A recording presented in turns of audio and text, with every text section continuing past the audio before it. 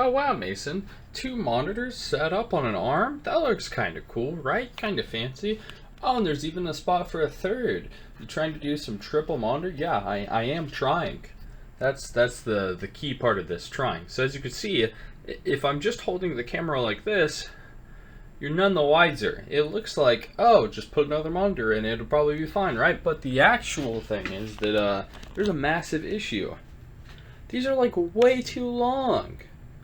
There's no, you see how much, it does not look like that much of a gap on camera. I promise you, it is a big gap. Let me get this out. That's 5, almost 6 inches of gap I have to have from the wall. I can't use this. And that's my review of the triple monitor mount. Bye.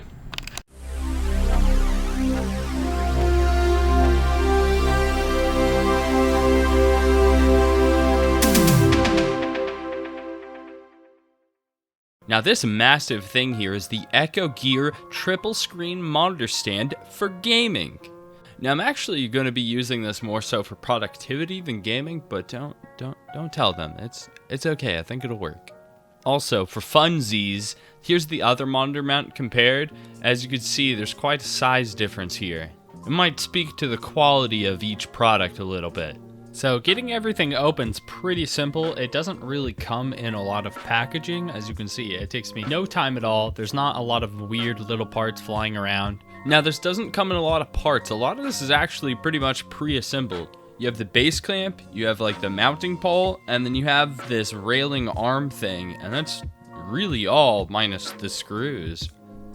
So I'm almost done setting this up. Honestly, after my last monitor stand, I wanted to just go ahead and like make sure I could do it before I even made a video on it, since that other one didn't work like at all. Now installing the actual base is insanely simple. There's really just one screw that you thread in, so I don't feel like I need to show that. But a little trick that I found out, it doesn't really say anything about this. The instructions say to mount the monitors onto the arm, but what I did is I took the little bolts out at the end, and then you can slide the clamp off and mount it onto the monitor, and then just slide the whole monitor assembly back onto the arm pole.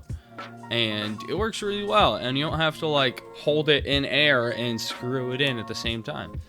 So look at that. Yeah, so I actually finally got it all together and got it all set up. Now this wasn't perfect, it took a little bit of finagling, but let me walk you through what I did. But first, I just want to say, honestly, I'm so happy that I got this thing set up. Like, it's actually really nice. After messing with the other monitor mount and like, I don't know, I kind of thought that one would work, so like I was just so confused. I thought I was just gonna have to buy a bunch of them and try them all and try to figure that out, because I didn't really understand why the other one didn't work or how this one would. Like, I don't know, this whole thing's very confusing, which is why I'm making a video on it. But let me tell you what I did.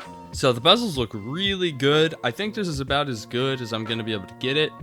As you can tell, there's still a tiny little gap, but I'm happy with it. Now, easily one of the best ways for me to be able to get more control over this is how I mounted it. Now, I didn't use the spacers at first, and they were really tight, but they still kind of wobbled a little bit. Use the spacers. Spacers are good. They'll give you a lot more control over the way that your monitor sits. Also, use one monitor to help align the others. Have the middle there, and then push them in as close as you can before you start like pivoting them to try to get them to line up. They'll really help push each other into place. Now, something you guys might not be able to tell, and it isn't something that I necessarily want to do, and it might not be something that you want to do either, but the best way for me to get these to line up was for me to pivot the monitors in towards me a little bit. It's really slight. Really, I just had to make sure that my height adjust was right, like that it's pretty close to eye level for me, and I really can't tell that there's anything up with them. And then my last super hidden technique is tape it. Get some electrical tape, get some duct tape, maybe not duct tape. I used electrical tape. Maybe chill out on the duct tape. Don't know if that's okay. Electrical tape, unfortunately, isn't very strong, but you just go all the way through the back, and even if they aren't perfectly touching, it'll make it look like the bezels are, because the black electrical tape will fill in like the border of your monitor. Now, anyone could probably tell you triple monitors is going to be pretty good for productivity. You know, double monitors is good, adding another one is probably just going to get a little better. But what about gaming? This is where you can really have some fun with the setup. Now, obviously, not every game is going to support this. Unfortunately, the game I've been playing the most recently, Halo Reach, kind of supports it. Not really. So you probably, you really look into the games that have it if you're doing something like this, but you can still have a ton of fun. Now, the last of this video is just going to be me playing Reach for a minute. If you want to watch, keep going with it. If not, I'll see you guys later. Cat 6, push back the attack on Sword Face. Find out what we're dealing with. Roger that. Bring a strike team. Spartans, hostiles north. Let's knock some heads, Lieutenant.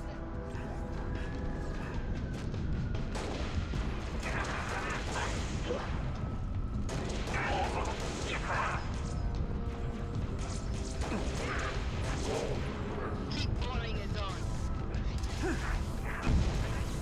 We've got enemy contact, Spartans.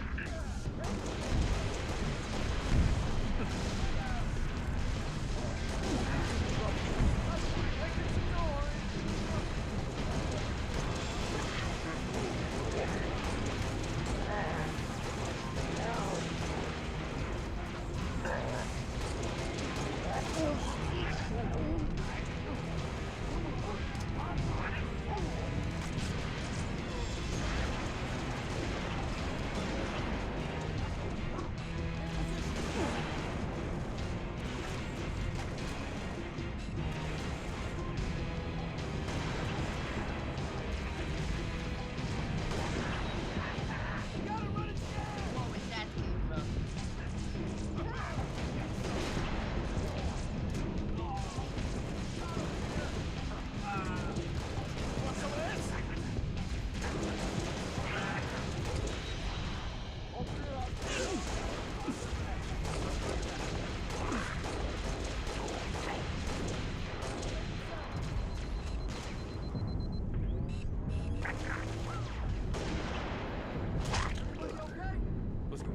Noble 2 to sword control. Courtyard is clear. Over.